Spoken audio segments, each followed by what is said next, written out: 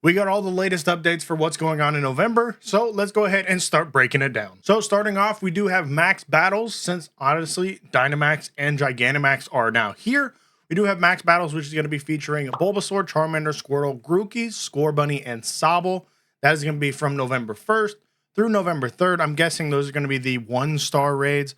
And then we are going to be getting a Max Monday. Looks like it's going to be kind of like a raid event or a raid spotlight hour. But this is going to be for Dynamaxing. And Monday, November 11th, is going to be Charmander. The 18th is going to be Drillbur, which I think there's going to be another event that might be really good during that event or that time frame. And then a Dynamax Bulbasaur on the 25th. These are going to be running from 6 to 7 p.m. on your local time zone. And Drillbur is going to be the first ground type heading in here. So it is going to be actually very effective going against Scorbunnies, Charmanders, stuff like that. And they all seem to be able to be shiny, which is going to be very nice going into this. We will have our featured 5-star raids. We are going to be getting Lugia, Dialga, Palkia in their origin forms, Zamazenta and Zacian, along with Regieleki and Regidrago, which are going to be the only ones that can't be shiny. Now, going into this, the Lugia is going to have its featured attack of Aeroblast. Aeroblast is a very good move for this Pokemon, making it a very strong 180 charge attack, and it increases the user's attack by chance in trainer battles, and it's just 180 power in raids. Now, this is going to be a great move to get if you don't have the Apex Shadow Lugia. It's like the Apex Lugia. It does have Aeroblast Plus, and then if you purify it, it does go into Aeroblast Plus Plus. So it's actually a very strong Pokemon, but the Aeroblast is still going to be a good move for him, being in that charge move. It's going to be a great flying type attack. And then Origin Form Palkia, Dialga, they can be shiny between November 18th and 27th. That's going to be those.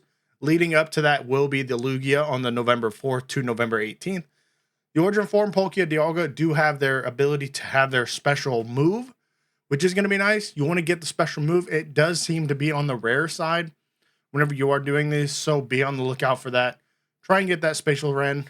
Try and get the moves to go ahead and stop time and to go ahead and open up your playing space. The Dialga one is highly recommended. It's honestly the better of the adventure effects. For Mega Raids, though, we will be getting Mega Manectric from November 4th to the 11th, Mega Salamence 11th through the 18th, Mega Beedrill between 18th and 27th, Mega Ampharos from 18th to 27th, so they seem to be sharing a time frame.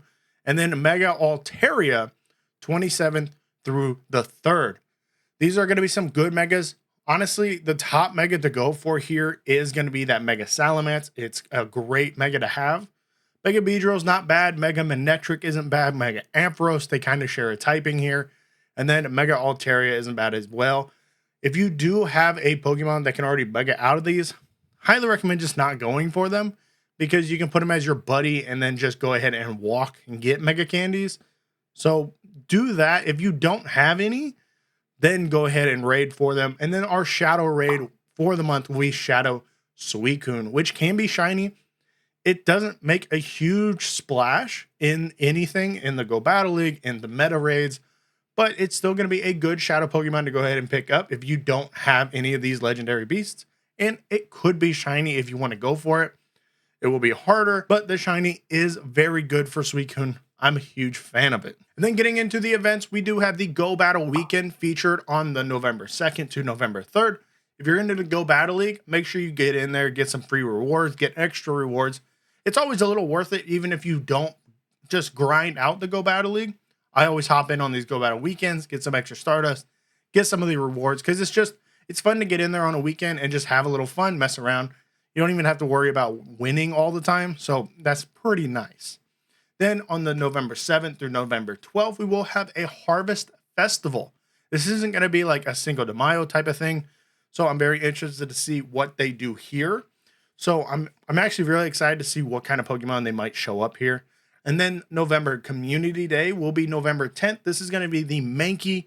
If you don't go ahead and take part in this, I highly recommend you should. Because of Annihilate getting Rage Fist, that's going to be a huge addition. We will have a November 15th through November 17th, a simple groundbreaking event.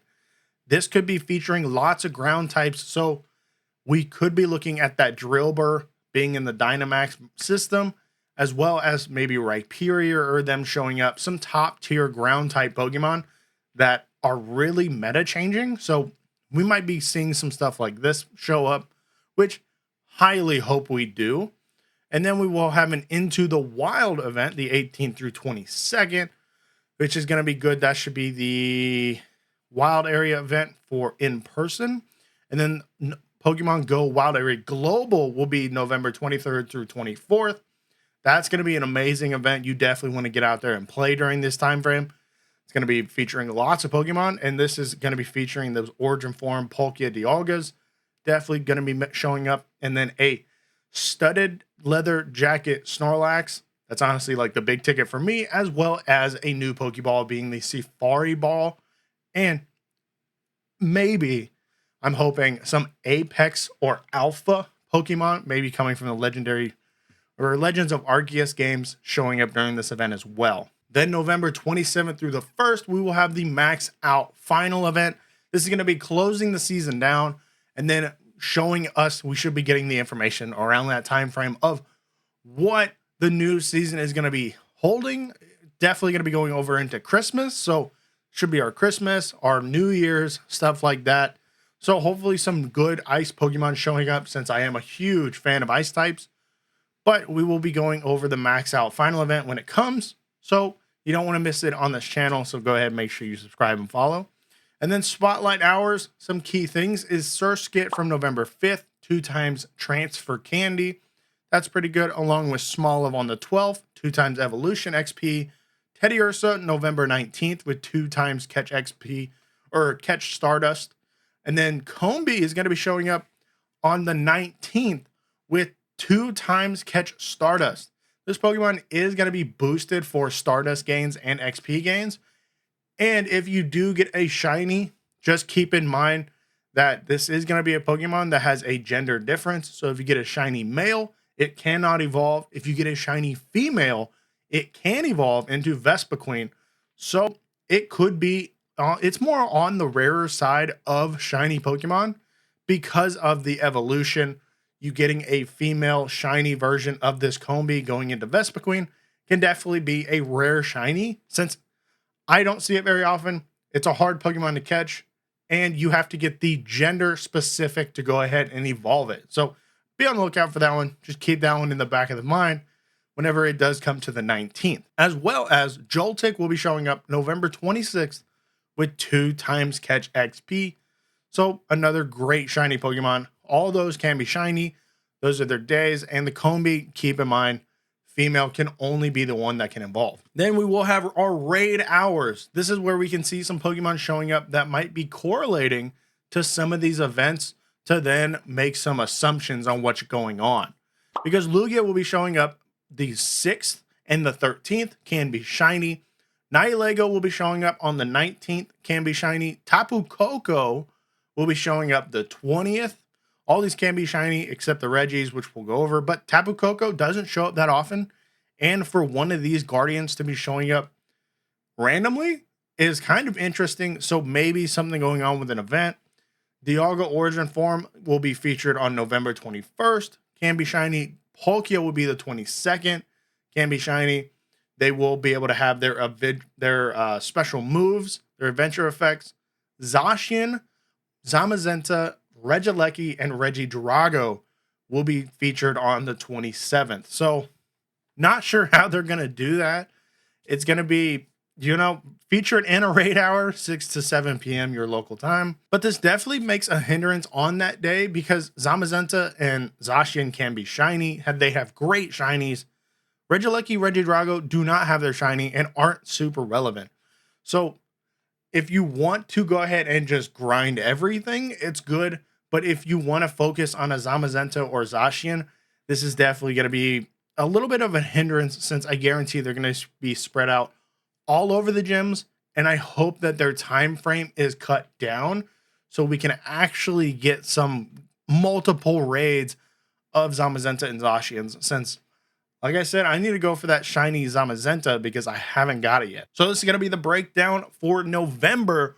What are you most excited for? Because honestly, some of the raids are good. Zamazenta, Zacian, they are amazing. And then that Smoliv, I think, actually gets a little sneaked in there being the shiny debut on the November 12th. So that's actually a new shiny, I believe, having its own spotlight hour. Let me know what you're most excited for down below, and maybe what you're guessing the Harvest Festival or the simple groundbreaking event is going to be bringing into Pokemon Go. And I'll catch you guys next time.